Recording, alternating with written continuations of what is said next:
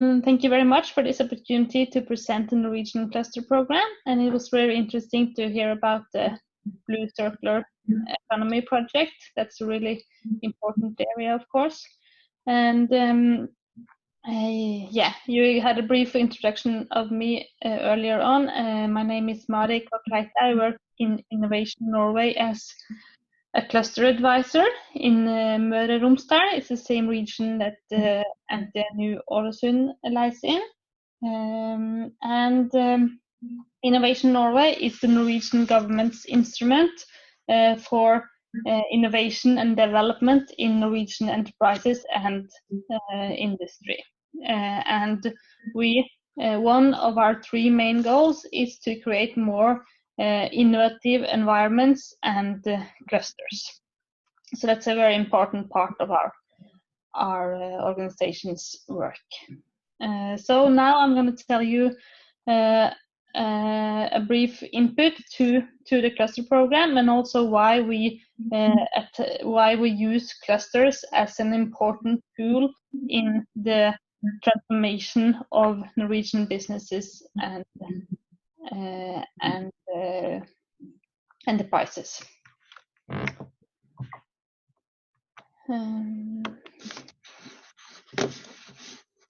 Just trying to.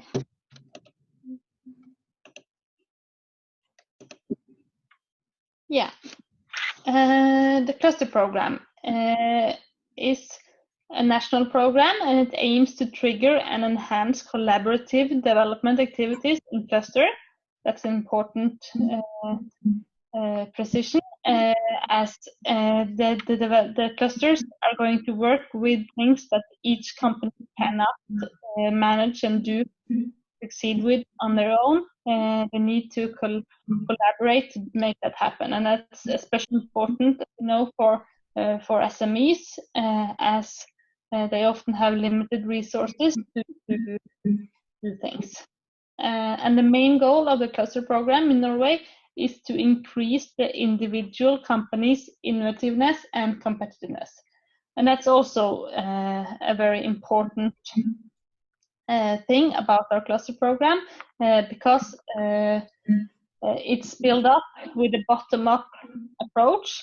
That means that the initiatives and the project should come from the companies. They engage in projects, and then they can apply for funding from us. It's not the other way around, which is also common in some countries, when the government perhaps selects an area that they want to have a cluster in, and then they open for companies to apply on that area of expertise. Here we have the initiative needs to come from the company. And the sub-goal is to enhance the cluster capacity and attractiveness, and we to cluster incentives to develop and strengthen innovation ecosystem, both regionally and nationally, and also internationally. So the program has today three different levels. The target group for the arena level is immature clusters. However, I need to say that this is a very popular program, so even if the target group is immature clusters, they need to be at a certain level and have some documented experience of collaborating even in this area. And they can get support for 3 to 5 years, and they get an annual support of 200,000 euros each year. And today we have 19 clusters in the program at arena level. The next level is the Norwegian Center of Expertise, NCE, and this is for mature clusters, which has national position in market and in their area of expertise.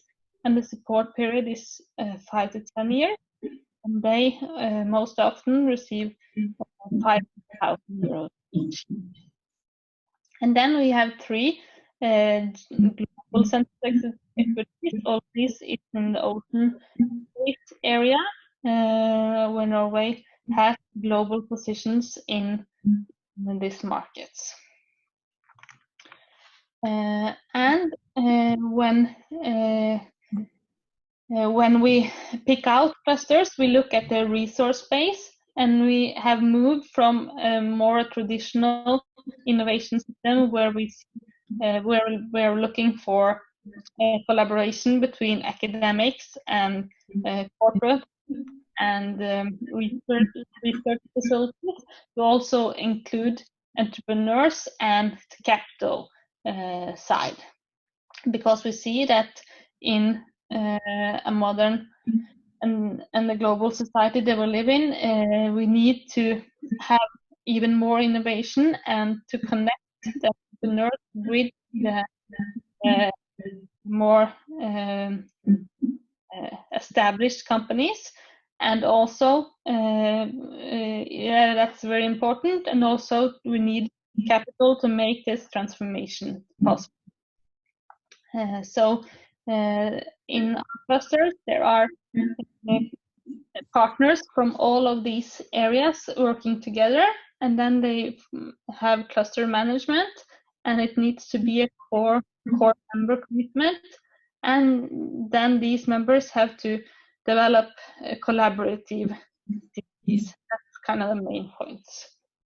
And as I said, this program, it's very popular, and then there's an annual open competition for selecting clusters, and each year we get new cluster initiatives from all over the country, and we have a thorough evaluation of these proposals, and there are 5 selection criteria which is based, and the cluster needs to have a good resource base. We are evaluating if this cluster and these companies has a growth potential. That's very important. Do they present a clear and convincing strategic idea? Are their commitment and leadership in the cluster? And is there a convincing implementation plan? Because of course we see that that's really important when many companies are coming together to solve joint problems and joint issues. You need to have a plan for how to do that, because the companies are often busy with their own day-to-day activity in operation. So there needs to be a clear plan for how and which activities that are going to explore these ambitions. And we then select the best ones, and each year we have some new clusters joining the program. And when they're joining, they get the support from us, from the government, and they get a co-founding 50% of basic cluster activities through a cluster facilitator or cluster organization. They get advisory services from us. For instance, we have a specialized cluster advisor in every region.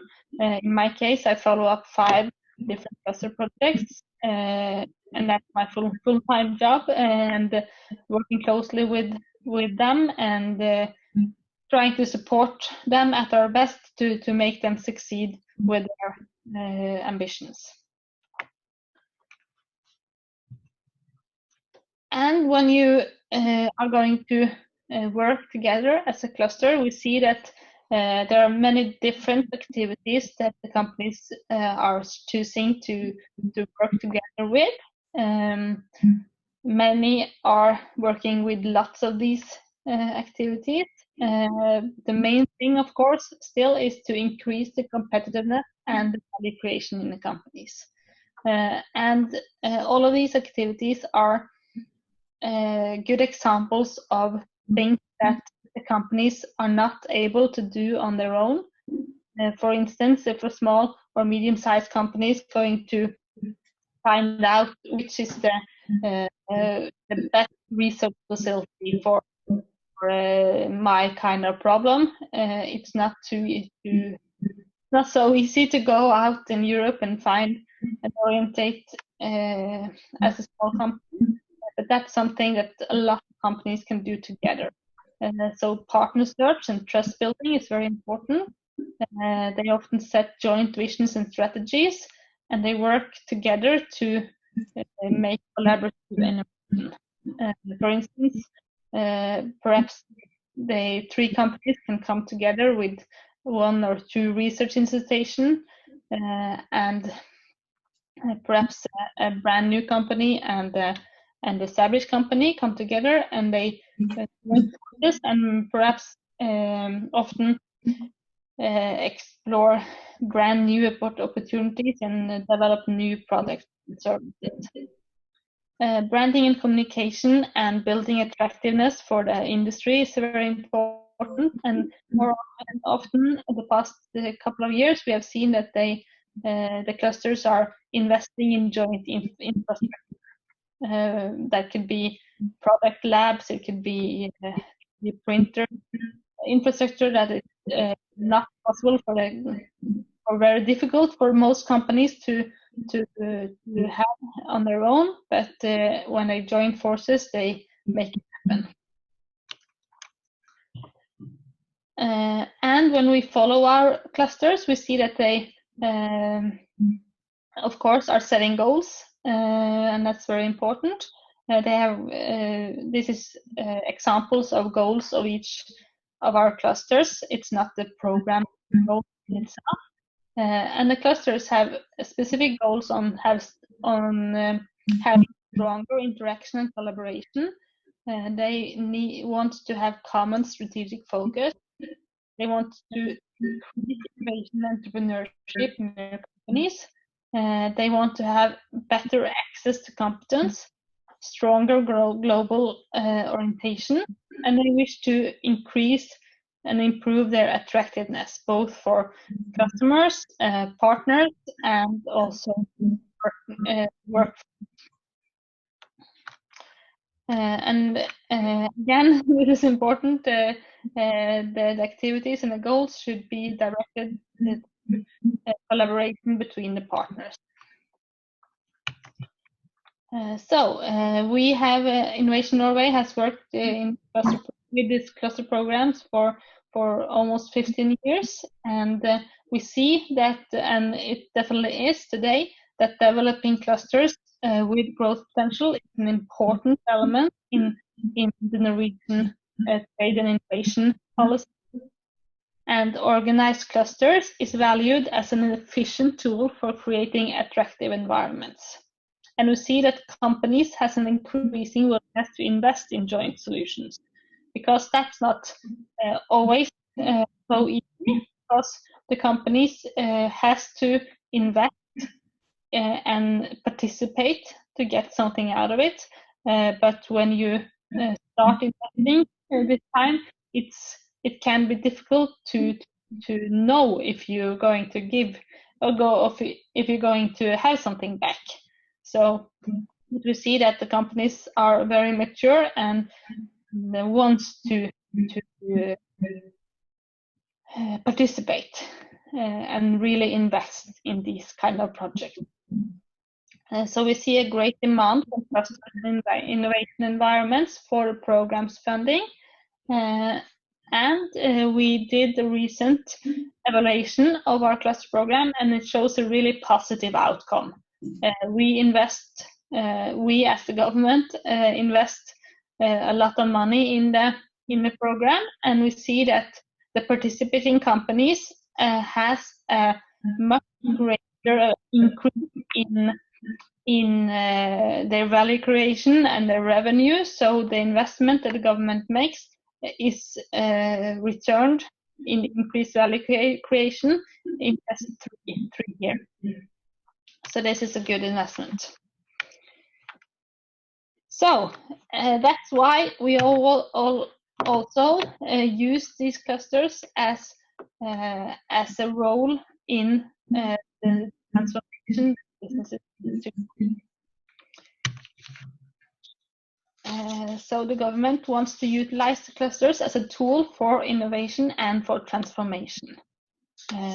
because just as I said earlier, it's many things that are difficult for a small and medium-sized company, and also big companies here in Norway to do on their own.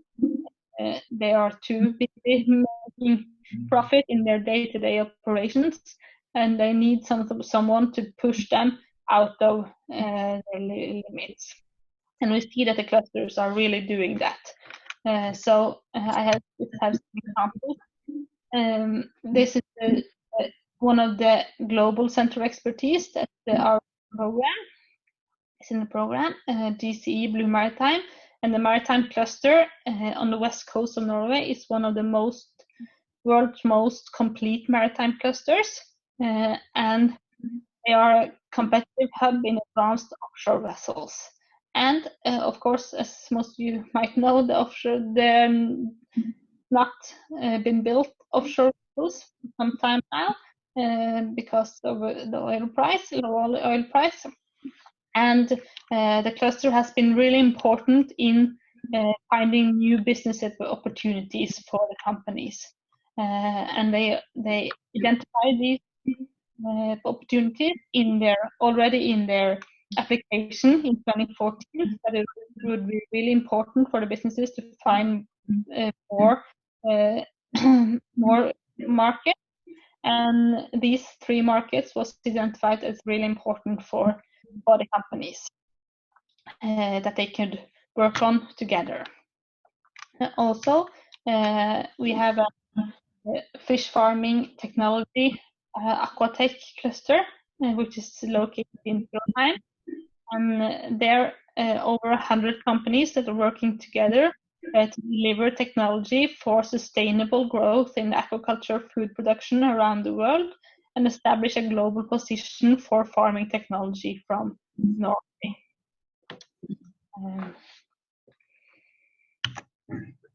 And also, this is a very good example, NCE Maritime Clean Tech. The cluster, they are focusing on creating forward-looking, innovative and competitive solutions for the maritime sector that reduces environmental harmful emissions to air and sea. And they are really pushing their companies to look into the future. And they're doing that by creating signal projects like these two. Here on the top is the Maritime Clean Tech project, or some 3 oil-driven passenger boats as a possibility for the businesses to actually realize and make it happen. And they and by creating this dream image for the cluster, the companies get really engaged and creates lots of projects, smaller projects, under this big project to actually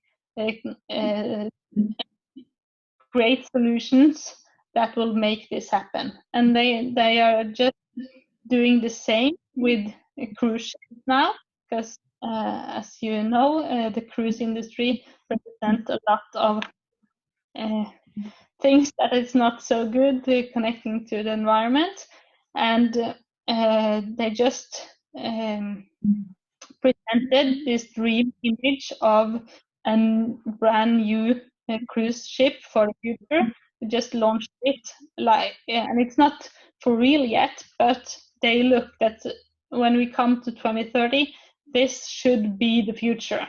Then we would have a zero emission ship that our suppliers should deliver to. So, and this kind of projects, it's really gotten members to identify themselves with the cluster and the goals, and they really see that, okay, I need to really get up to speed and be innovative and create more environmentally friendly products. That is what the market will ask for in the future, and also right now. So we have clusters on several topics, but I have now focused on the ocean space because of the Blue Circular Economy project. And we can see, of course, that all of these industry-driven clusters also needs to cooperate and also does so. So we say that in the southwest region of Norway, we have an ocean industry supercluster that together can solve lots of the possibilities, challenges that we have.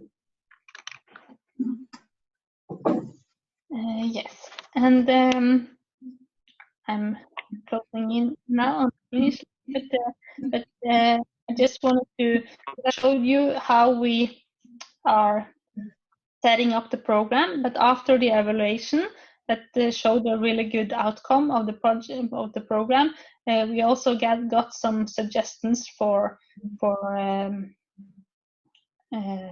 improvements, and we see that we are making some changes because of that, and we are still going to focus on cluster development. We think that the clusters need most support and and they need financing for the operating cost of the cluster in a certain amount of time. But today they are going, when this period is finished, they just go out of the program and they have no possibility of getting financing from for big projects like the cruise ship projects of maritime clean tech. So we're trying to reduce the time that the clusters needs pure financing of operating cost. We wish to work more close with the businesses to see to make them see even more the gains that they are having by participating in these projects, so that they will finance more themselves of the operating cost, so that we can even more than today finance large projects for joint collaboration. So that will be in the future.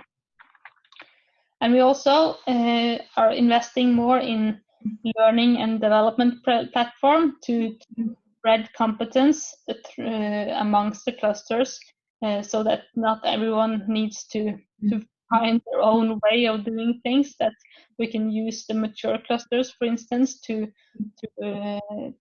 transfer knowledge when someone is starting on a brand new topic. So when we are looking for clusters, and of course we are looking for these qualities because we from experience know that these are the clusters that are going to actually reach their ambitions. So that's really important to when you're now thinking of creating a cluster yourself between the companies that are interested in this topic. You should. I think it will be good to have a look at these criteria and see if that's possible to build a good cluster out of it. Because it's really important, as I said, that there is a clear and joint ambition and well-defined focus areas which are rooted in innovation and transformation and growth. And the businesses and the cooperating partners are good realizing these ambitions. Because of course we are looking for okay, you have this ambition. Who are going to reach them? Are you in the position to actually do that? And how are you going to do that? So there should be a potential for increased growth, value creation. That's important for the businesses to make them actually engage in the project. And we see that it's really important to have a cluster organization that could work for the companies and together with the companies and secure projects. And then to be an implementation plan. And as well, a criteria for us is that we wish that the clusters and the companies are eager to participate in developing ecosystems for innovation, both regionally and nationally, also internationally. So just to sum up, in Norway, this has been a 15 years learning and development process, and we are increasing our efforts also in the future. So that's a good signal that at least we think that it is a good way of work. We started when we started, it was more like a public initiatives from and also from a few companies, and now we have many industry-driven clusters, and the companies are very eager to work together on joint challenges. And we see that investments in clusters pay off, and that our clusters are a very important instrument in transformation processes for the industry.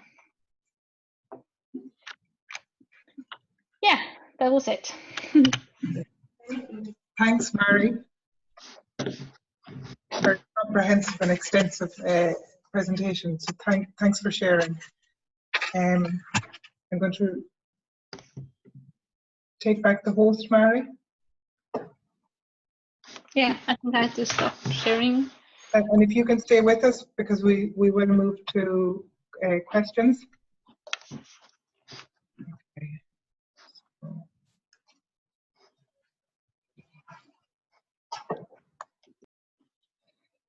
So we might start with questions in the room. Mike, and you might say what organisation you're from and who your question is directed to. So that's one. Martin has a question as well. Great description. If you just 1 minute, Martin. Yeah. And then the logistics. Yeah. Right. Martin, you might just identify your institution. Okay, so I'm. 1 second, Mary. I'm Martin Charters, so I'm focusing on. So it's still not on. I'm going to go to the thing about what I'm going to say. Blah, blah, blah, tap on.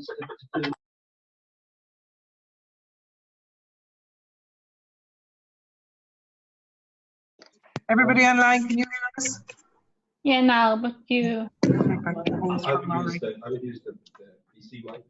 I did this. This is obviously a live connection on it. I can't hear Mary. Yeah. We need a mic. Okay, so just whoever's. Yeah. Okay, so how can I take back the Yeah, it'll be okay. Yeah.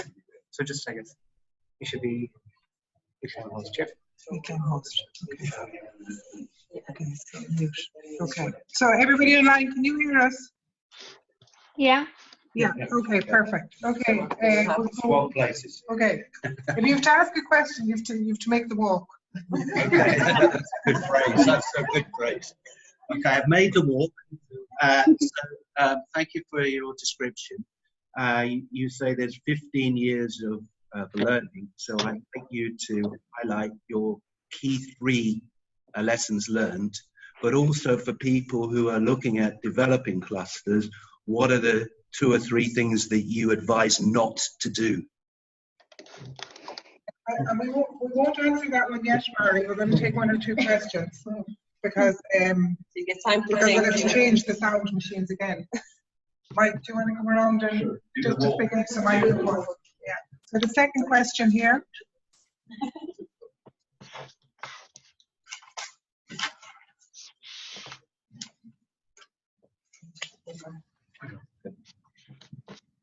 Yes, so my name is Mike Devan. I chair a business organization here, a forum that's focused on developing an economic corridor along the Atlantic region from the bottom of the country to top of the country. And we also have focused on a government task force that's trying to implement some of the strategies that we have developed. Basically, the challenge for the Western regions is that the gross value add per person always centres around 20k. The East Coast, Greater Dublin area is about 60k per person, and the average is about 40k per person. And our objective in the next 20 years is to get ourselves above the national average. To do that, we believe that we have to increase the GDP contribution from those regions from what it is now to 3 to 4 times that. And to do that, we have to increase the population to double the population. And that's largely an exercise to fill out the hollowed profile that we have along the region, which is a lot of young people, a lot of old people, and the centre is hollowed out because there's been net migration out of all of the western regions over a long period of time, fundamentally since the foundation of the state. So the question I have then is in that context, we are looking at an economic document that we're working on at the moment on low carbon, high value work and how we develop that.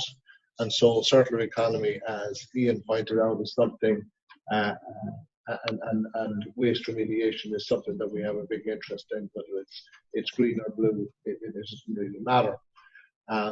The difficulty or the challenge that we see is that from a macroeconomic point of view, it is very hard to create a business case for the type of commitment as well as investment that has to be made. And if I use the green analogy for a moment, we, after a phase of mass production followed by consumer-led service thinking, we have people that believe or have come to believe that cheap food that's moved around is something that they can have at will, and so a small portion of people will pay money or pay a premium for something that's getting them doing the right thing, whether that is buying food locally or whether that is remediating waste or whatever. But the majority of people, particularly people who are constrained economically, tend to go for the available options that are affordable. And this is the problem we see with the circular economy and the drive towards eliminating waste. Plastics and food, for example, that's just a fact of life. But also in there, you have food being moved across Europe because we have a single market, and cheap food coming through Europe, moved around with huge carbon footprint associated with it. Yet that's not reflected in the price to the consumer. And so we see the system working on the basis of interventions. And then the example from the last speaker is the same. It's a state-funded initiative to support clustering. But from an economic point of view, there's no basis. So somewhere valuations have to change and have to reflect the low carbon prices that we're in. And our interest is in understanding or trying to understand what work has gone on, particularly in Norway in this regard, because it is separate to Europe in the sense that you have control over things yourself and you make decisions. As I understand, you've made a decision around fish farming that you will cap the amount of offshore farming you're doing until you can establish the harm or otherwise that it's doing to your environment. Those kind of decisions are not being made by sovereign states within Europe. They just follow a trend. So I'm interested in understanding from a macroeconomic point of view what you see as a change that can occur, is occurring, and what you've tried yourself. That makes sense. And I think that's Marina targeting the question to. Yeah, and there's a lot in that. We discussed that in the room as well. So I'm conscious that Margaret Ray, Professor Margaret Ray, if I'm right, no, Dr. Margaret Ray has joined us from the Marine Institute as well in Ireland. So we have Margaret works a lot on the Atlantic Alliances and internationally, so we've additional expertise that has joined us. So we've those two questions. So we will go to you, Mary, for a piece. We might go to you, Marina, and others who might want to join in and contribute. And if it's okay with the people online, we'll have to leave you in listening mode for the purposes of this conversation, but please do post a question online. So who wants to take the first question from Martin Is that directed at Mari? Okay, Mari. Okay, do you want to take the first question, Mari? Yeah, I can do that, and that's what I would not recommend of doing. And the first thing I was thinking of when you asked that question is that I would definitely not just sit down one or two people and and kind of carving up the plan for the whole cluster. We see that it's really important to have both ambitions and goals and an implementation plan that are deeply rooted in all of the partners, and that they are engaged in these questions.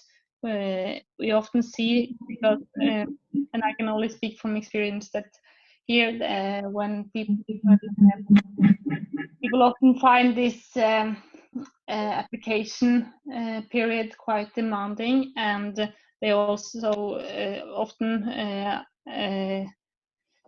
not use enough time in engaging the companies and the partners in what they really want to do. And I would not think that this is just something that the government is supposed to be investing in.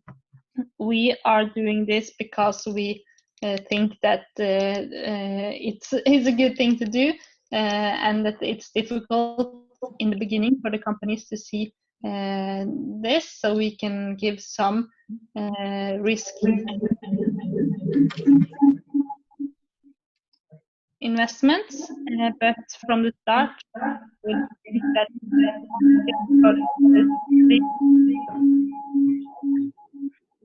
that's really creating value for the companies long term, so they will invest in the project themselves. And one typical mistake is to set ambitions and an implementation plan that doesn't match.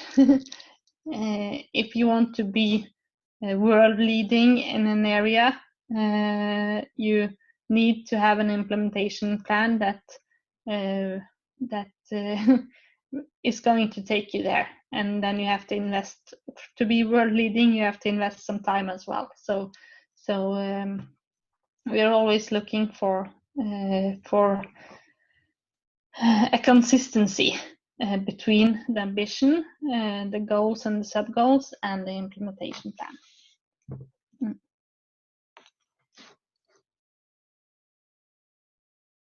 Thanks, Mari. Thank you. Who wants to take my question around the macroeconomic consumer behaviour policy? I can say something generally. The one on fish farming is too specific. I don't know the answer to that, but obviously the problem you state that most consumers will choose the cheapest option, not the best option in terms of footprint, is obviously a problem. And I must say, when doing this project and having like the stakeholder event in Norway, some people came up to me and said something that obviously creates a huge paradox, and that is the focus on plastic. And the problem is with corporate social responsibility in general. If you do good one place, you might do bad someplace else. Like, we want to prolong the life of plastic because plastic is here for time being and for foreseeable future. So you need to relate to that. So one point is to not discard of it, like this one-time cutlery and stuff that people just don't use, and like the plastic bag I got it plain yesterday. I said no, thank you, no plastic cup. We shouldn't even have that here. But yeah, so that's the problem. We want to prolong the life and have a circular life of that.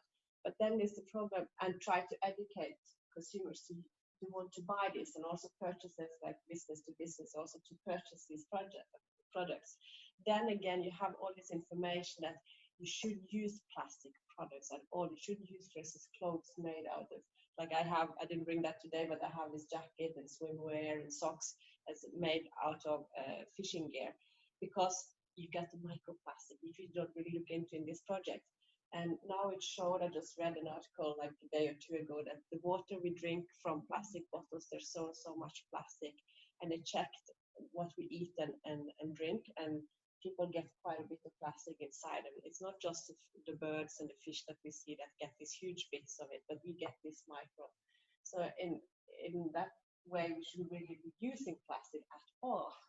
So that's a problem for us, that we want to promote that you should prolong the life and make new products, and then you want people to buy them, use them. But you have to use them in a sensible way then. And I guess one way with regard to clothes, I guess all washing machines should have a filter that filters out the plastic. It should be possible to make that, obviously.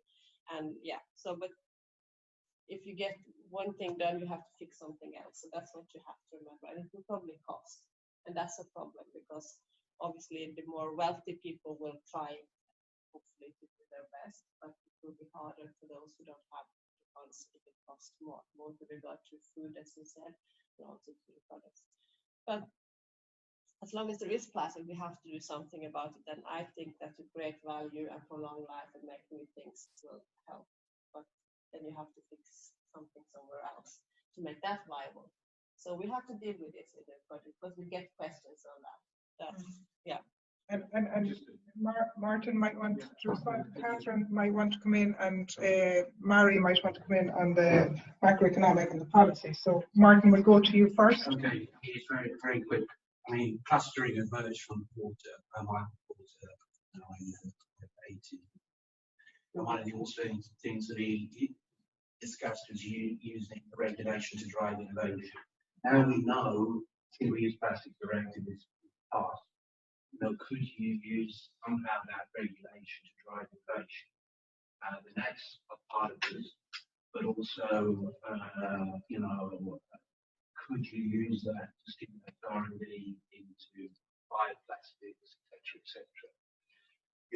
It's still, I mean, could, and it's a choice, Ireland become a leader, in this area? I mean, it's also good to decide to be a follower in some instances, but to really get on top of the issue, perhaps to explore ahead of other countries the infrastructure to recycle the nets and the other marine plastic, because that might have spin-offs in the technologies as well that could be exported. So that's just initial thought. Catherine, do you want to add anything more? I suppose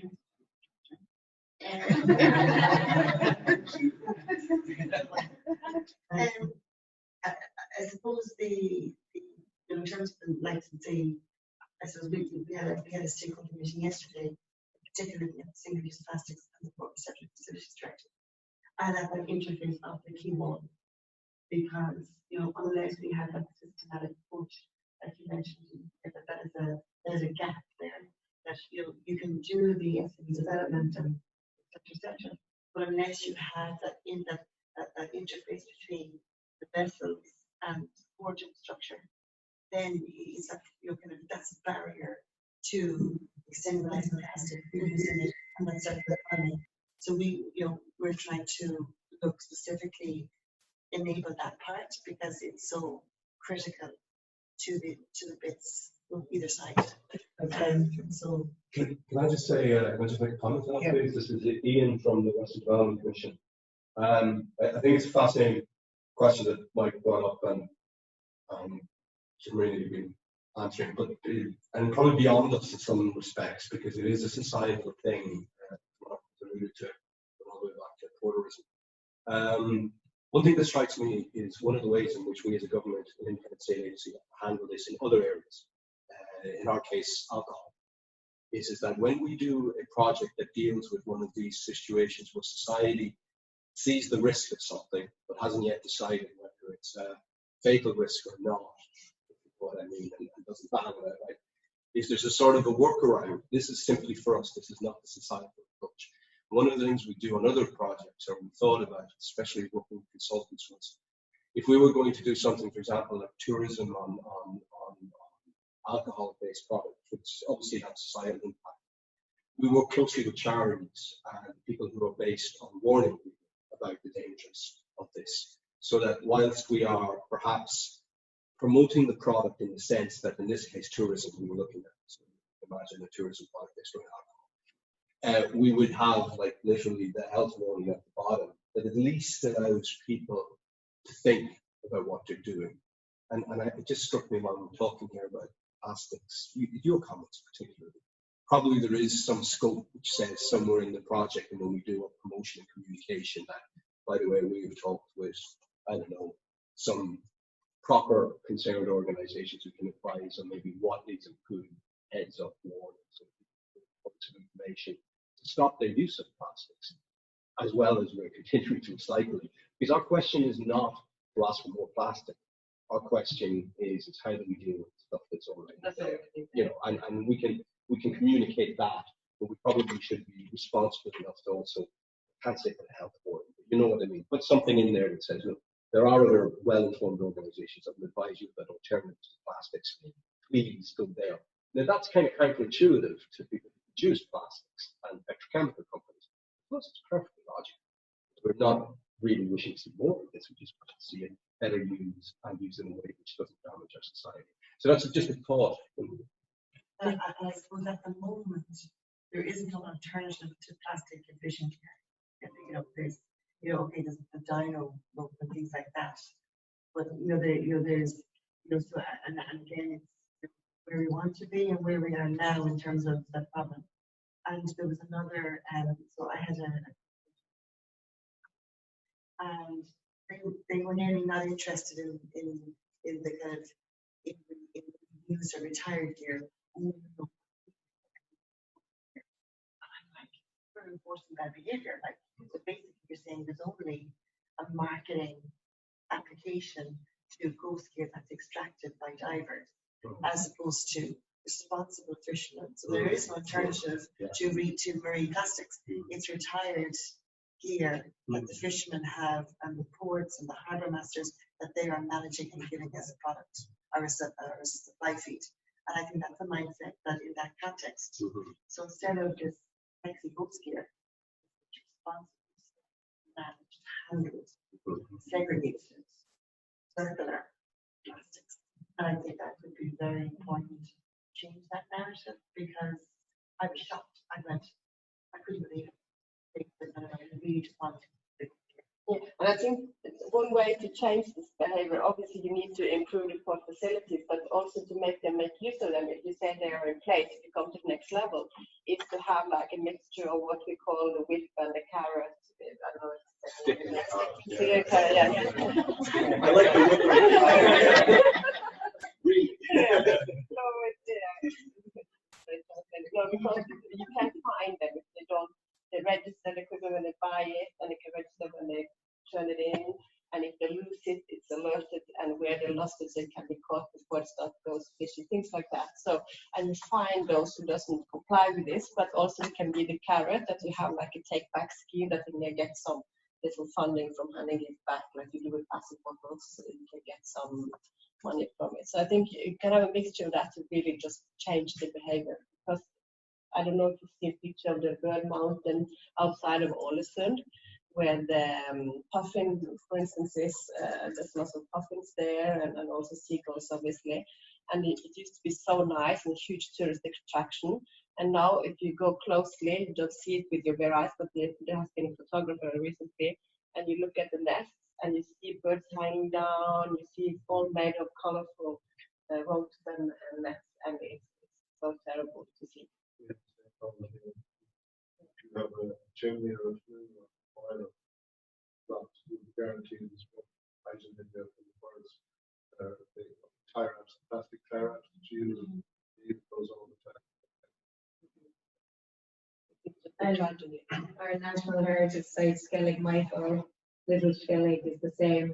It's covered in the guano, but you also see the electric blue and greens from the nets. Yeah, they're using for their nests. I also think that policymakers need to take this perspective on the legislation is going down the extended producer responsibility route, some changes positive. But you know, if you go back to the old process of looking at product policy, which means that the instruments influence the demand side and the supply side. But I think we're getting locked into one single instrument to try and sort of, and legislation is only one instrument. So I think we need to look at the full toolbox. I think that it's the valuations that have to change. Because we've I don't know, in 20 years now of green energy experience, and we know that PV or even wind is not viable unless an intervention, market intervention. And that's the theory that you can make an intervention and it changes behavior is not actually correct. That's been proven that does not work. Maybe intervention at a point of time to initiate. If you can't follow that intervention by correction, the financial correction in the market that changes the valuation, nothing's going to change. And this is the basic problem that we're going to have with circular economy. And the idea is a great idea, and everybody understands there will be 80% of the population that says, no thank you, not my backyard. And it's they don't relate to it. They don't think it's there. Well, even when they relate to it, I mean, you know, there's a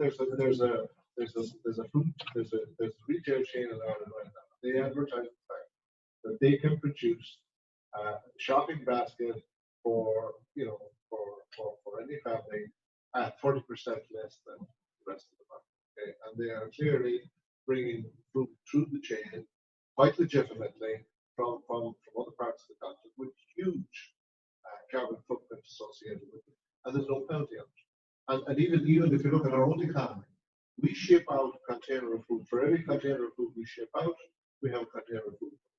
There's huge carbon footprint, and we're not able to change that. And until you change that, you can't really go after those. So I think that the circular economy needs to grab a hold of this because it's not going to go anywhere unless we get this issue started. I think it's separating out macroeconomic circular economy, what you can do on the ground. So things like remanufacturing in market sectors proven to be a very strategic and value-driven model. Yeah, well, so the way legislation, but that's beyond much more beyond we. You know, the photocopier guys take the stuff back, they upgrade and replace and resell 8 lives in some of those places. That's a system which is beyond materials recycling. Circular economy should be much further down the line. It's about the use phase, and it's about the reuse of the value in the materials, products, and components. So it is a bit of a mindset change. It's not about end of life, it's about use. No, but I think it works there because the new legislation clearly says you buy a washing machine, you have to take it over. It's a very clear process that happens. One tool. And so that's the driver. From the consumer's point of view, that's the driver. So it doesn't end up in the backyard, filling a hole in the ditch.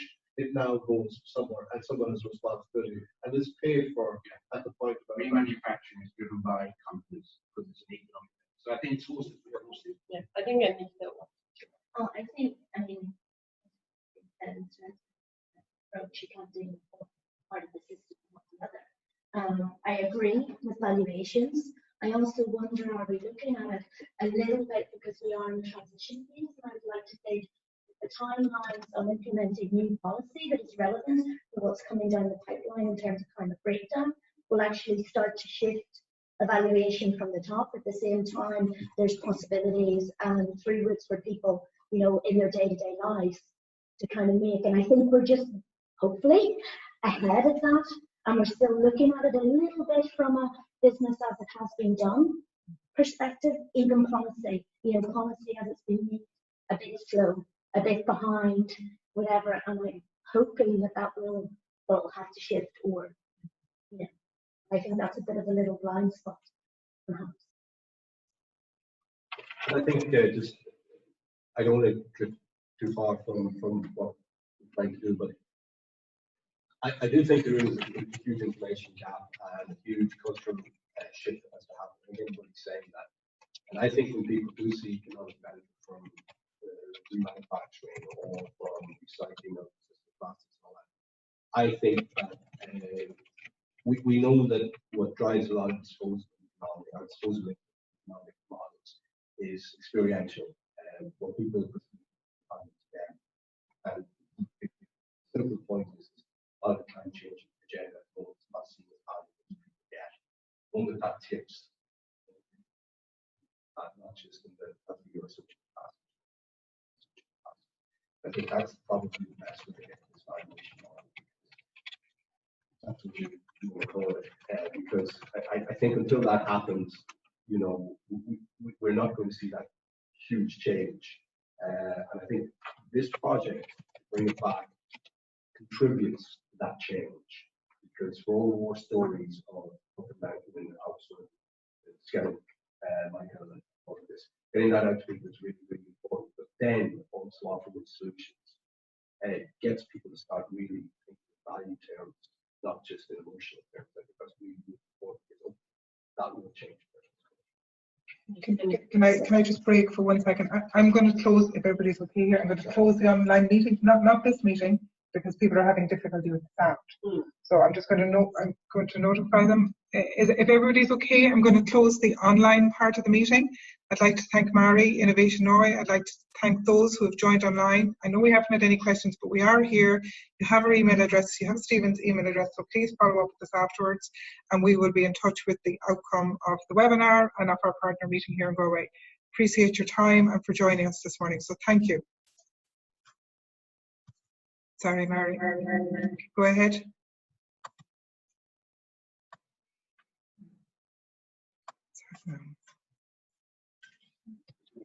Yeah. Mute. Oh, sorry. Okay, sorry. You can send out the presentation that I sent you if you, yeah. That's very good. And thank you, Mary, for your time. Okay. And for your presentation. Thank We'll you. speak to you soon. Thank you, Mary. Thank you, Mary. Okay, bye.